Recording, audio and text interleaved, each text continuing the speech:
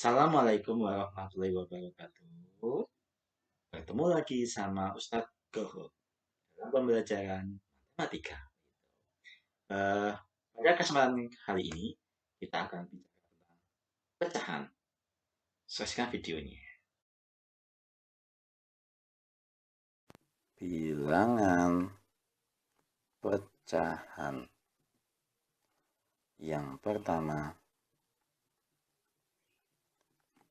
menyatakan bilangan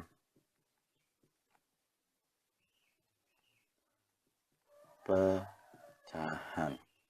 Perhatikan persegi berikut. Nah, bangun persegi berikut saya bagi menjadi 4 sama besar. Nah, kalau satu kotak, satu bagian saya arsir, saya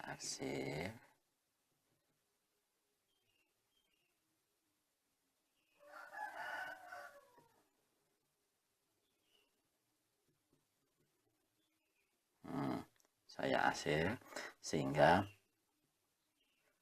luas daerah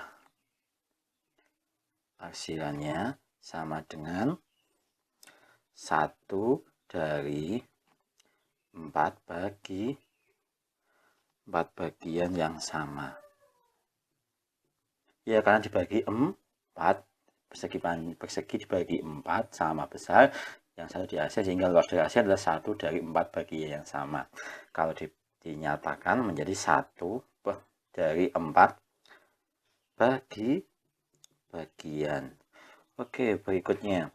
Kalau saya punya bangun persegi panjang,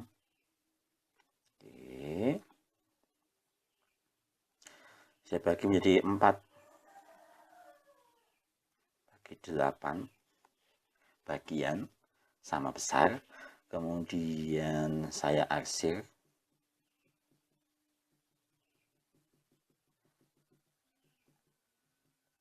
saya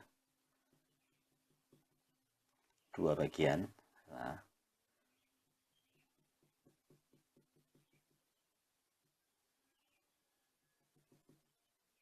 saya arsir 2 bagian. Nah, sehingga luas daerah arsiran sama dengan 2 dari 8 bagian yang sama atau ditulis 2/8 bagi bagian. Nah, 1/4 2/8 itu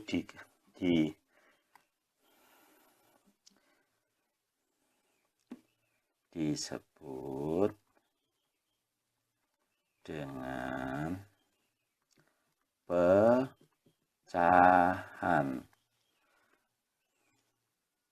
atau bilangan pecahan begitu.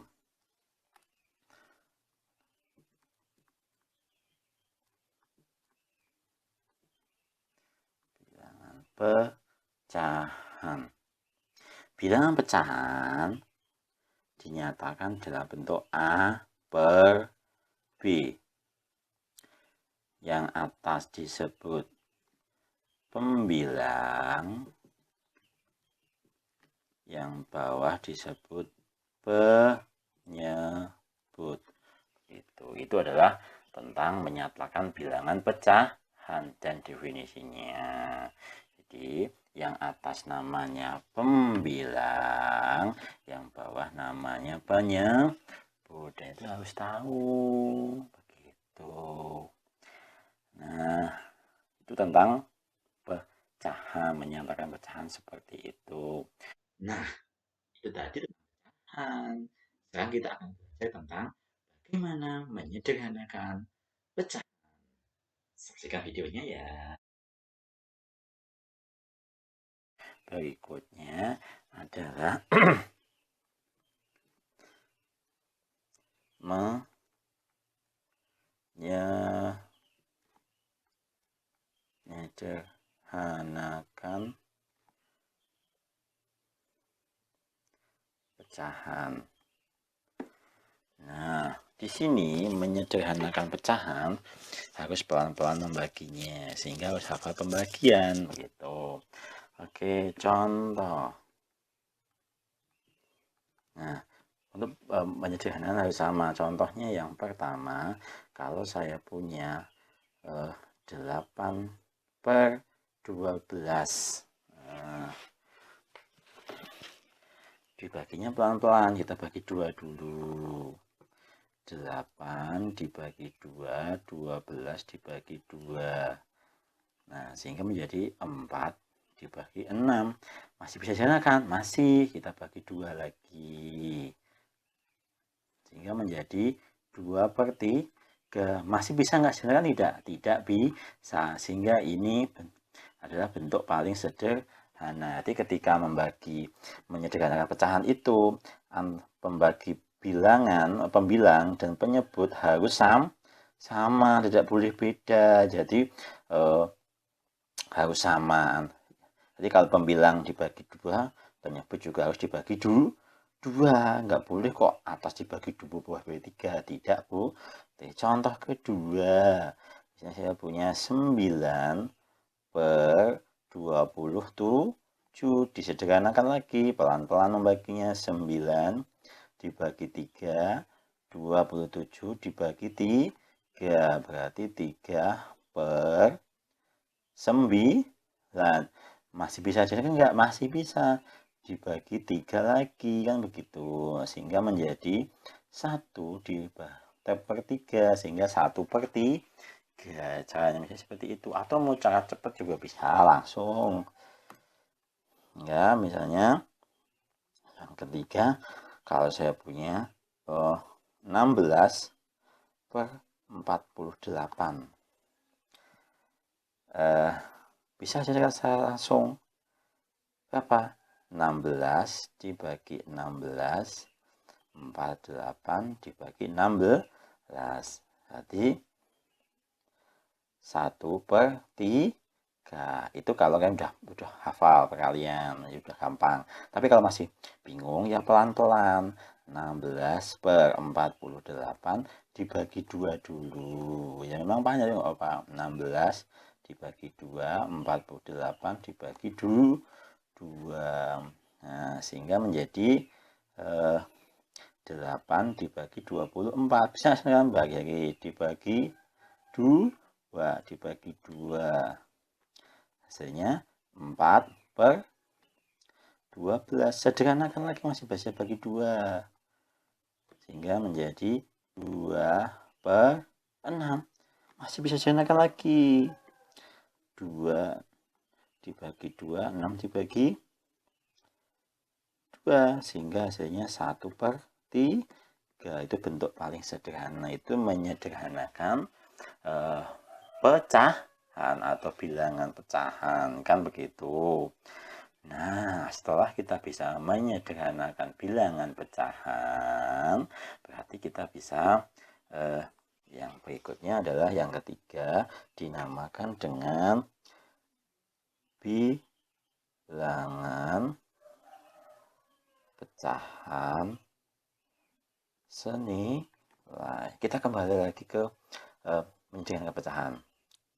Jadi dasarnya dari bentuk menyederhanakan pecahan. Jadi kalau saya punya 8/12, itu bisa kalau dibagi kalau disederhanakan kan dibagi 2.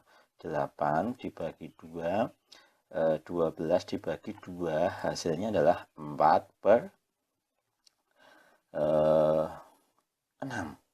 Ya enggak? Terus 4 dibagi 2, 6 dibagi 2, itu sama aja dengan 2 per 3. Perhatikan bilangan 8/12, 4/6, 2/3 itu berasal dari angka yang sama, atau 8/12 atau 2/3 atau bisa 6. Jadi itu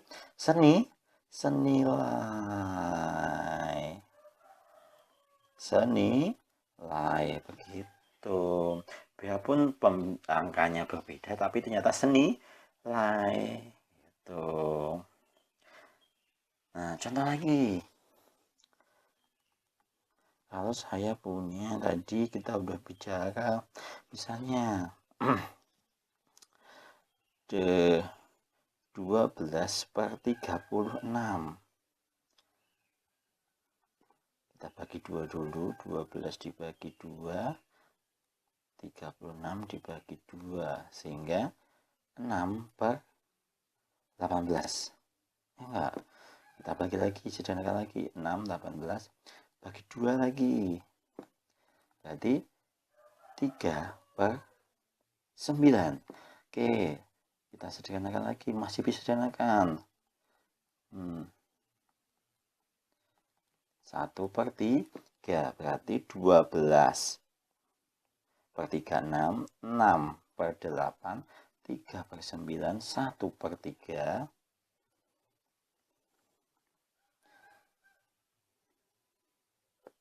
Itu senilai. Itu. Karena jadi senilai itu jika disederhanakan, paling sederhana itu angkanya, bentuk pecahannya sama atau bilangan pecahannya sama. Gitu. Caranya seperti itu untuk bilangan pecahan senilai seperti itu. Menceritakan sudah. Nah, berikutnya. Itu jadi tentang bagaimana menyederhanakan pecahan. Sekarang kita akan tentang jenis-jenis pecahan. Saksikan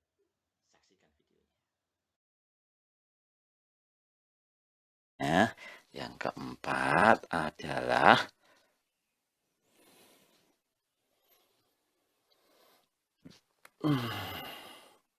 jenis-jenis bilangan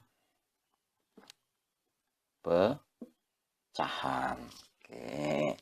Yang pertama adalah pecahan murni.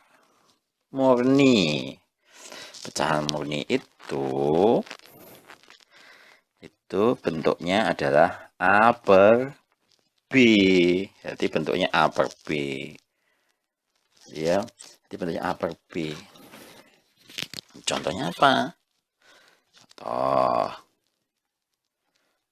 setengah, 2/3, 4/3, dan seterusnya, masih banyak lagi. Berikutnya yang kedua adalah pecahan campuran. Begitu. Bentuknya adalah A bilangan bulat, ini B/C, dia ada pecahannya. Contohnya apa? Contoh misalnya 2/3/4. Contoh lagi 4/5/6. Seperti itu. Contoh lagi 7/1/3 dan seterusnya. Nah, karena kita sudah bicara campuran, sekarang kita akan mengubah ini adalah cara mengubah pecahan murni ke pecahan campuran. Oke. Nah, jadi kalau kita mengubah pecahan murni ke pecahan campuran, syaratnya adalah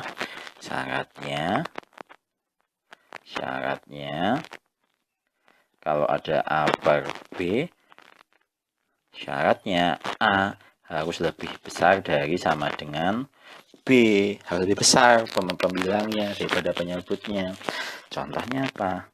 Contoh, misalnya saya punya 4/3. Nah, mengubahnya bagaimana? Ya udah. Nah, berarti mengubahnya adalah 4 dibagi 3. per 3. 4 bagi 3 dapat 1. Sisa berapa? Sisa 1. Dapatlah 3. Caranya seperti itu. Contoh lagi. Saya punya 10 per 4. Oke. Sehingga diubah ke pecahan campuran. 10 dibagi 4 per 4 masih M. 10 bagi 4 dapat 2. 8 toh, sisa 2. 2 per 4. 2 per 4 masih bisa sederhanakan lagi. Berapa? 2, 1 per 2. Wah, begitu. Itu kalau mengubah pecahan murni ke pecahan campuran dengan syarat pembilangnya harus lebih dari penyebutnya. Begitu. Oke, berikutnya adalah cara mengubah pecahan campuran ke pecahan murni. Oke, jadi kalau ada A, B per C, cara mengubah ke pecahan murninya adalah A kali C ditambah B dibagi per C. Contohnya apa? Contoh, kalau saya punya 2, 3 per 5, kalau diubah ke pecahan murni, berarti 2 kali 5 ditambah 3 masih balik. Sehingga pembilang jangan lupa. Sehingga 2 kali 5, 10 tambah 3, 13 per 5. Nah, itu. Contoh lagi. Misalnya, saya punya 4, 3 per 4. Berarti 4 penyebut kali bilangan bulatnya ditambah pembilangnya, sehingga 4 kali 4 16 tambah 3 9 per 4. Nah, seperti itu. Lagi biar makin bisa. 5 1 per 3 berarti penyebut 3 kali bilangan bulatnya kali 5 ditambah pembilangnya. Bilangnya mah 3. Berarti 3 kali 5, 15 tambah 1, 16 per 3. Itu cara mengubah pecahan campuran ke pecahan murni. Nah, mumpung dibicarakan sekalian. Oke. Berikutnya, nomor 3 adalah desimal. Jadi desimal. Nah, desimal itu bisa didapatkan dari apa? Penyebutnya kelipatan 10 berarti A per 10, B per 100, contohnya D per 1000, dan seterusnya. Jadi desimal itu penyebutnya harus kelam 10. Itu contohnya. Kalau saya punya 2 per 10. Nah, bisa diubah ke desimalnya adalah, kalau cuman di bawahnya 10 berarti 0,2. Di belakang koma hanya ada 1 digit karena per 10. Tapi kalau misalnya saya punya 3 per 100, berarti di belakang koma ada 2 angka, berarti kan 0, nah kan ada 3 tambah 01, begitu. Contoh lagi yang ketiga, kalau saya punya 4 per 1000, berarti di belakang koma harus 3 angka, berarti 0, kan begitu. 0, 4. Terus bagaimana kalau seperti ini. Saya punya 125 per 10. Nah, berarti kan di belakang koma harus satu angka. Berarti begini, 12,5 dari 5-nya begitu. Contoh lagi, biar paham. Yang kelima, kalau saya punya 375 per 100, berarti di belakang koma habis 2 angka, berarti 3,75. Seperti itu adalah desimal. Berikutnya yang jenis keempat, ini yang spesial, namanya persen. Persen itu fokus kepada A per 100. Simbolnya adalah begini. Nah, dia hanya spesialnya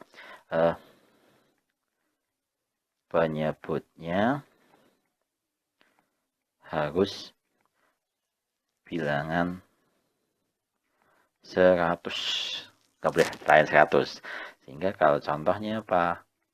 Kalau saya punya 10 per 100, berarti adalah 10%. Kalau saya punya 5 per 100, berarti 5% begitu. Oke. Yang kelima itu adalah per mil. Dia spesialnya adalah penyebutnya ada bilangan 1000. Simbolnya adalah seperti ini, mil namanya. Per mil. Contohnya, jadi penyebutnya harus bilangan 1000. Contohnya, saya punya 2 per 1000, berarti 2 per mil. Misalnya 375 per 1000, berarti 375 per mil. Begitu. Itu adalah jenis-jenis bilangan pecahan. Nah, kita udah belajar tentang apa itu pecahan, bagaimana menyederhanakan bentuk pecahan, dan apa saja jenis pecahan. Di video berikutnya, kita akan belajar tentang bagaimana mengubah pecahan menjadi berbagai jenis bentuk pecahan. Oke, cukup untuk video saat ini. Saya akhiri. Assalamualaikum warahmatullahi wabarakatuh. Iya. Jangan lupa subscribe.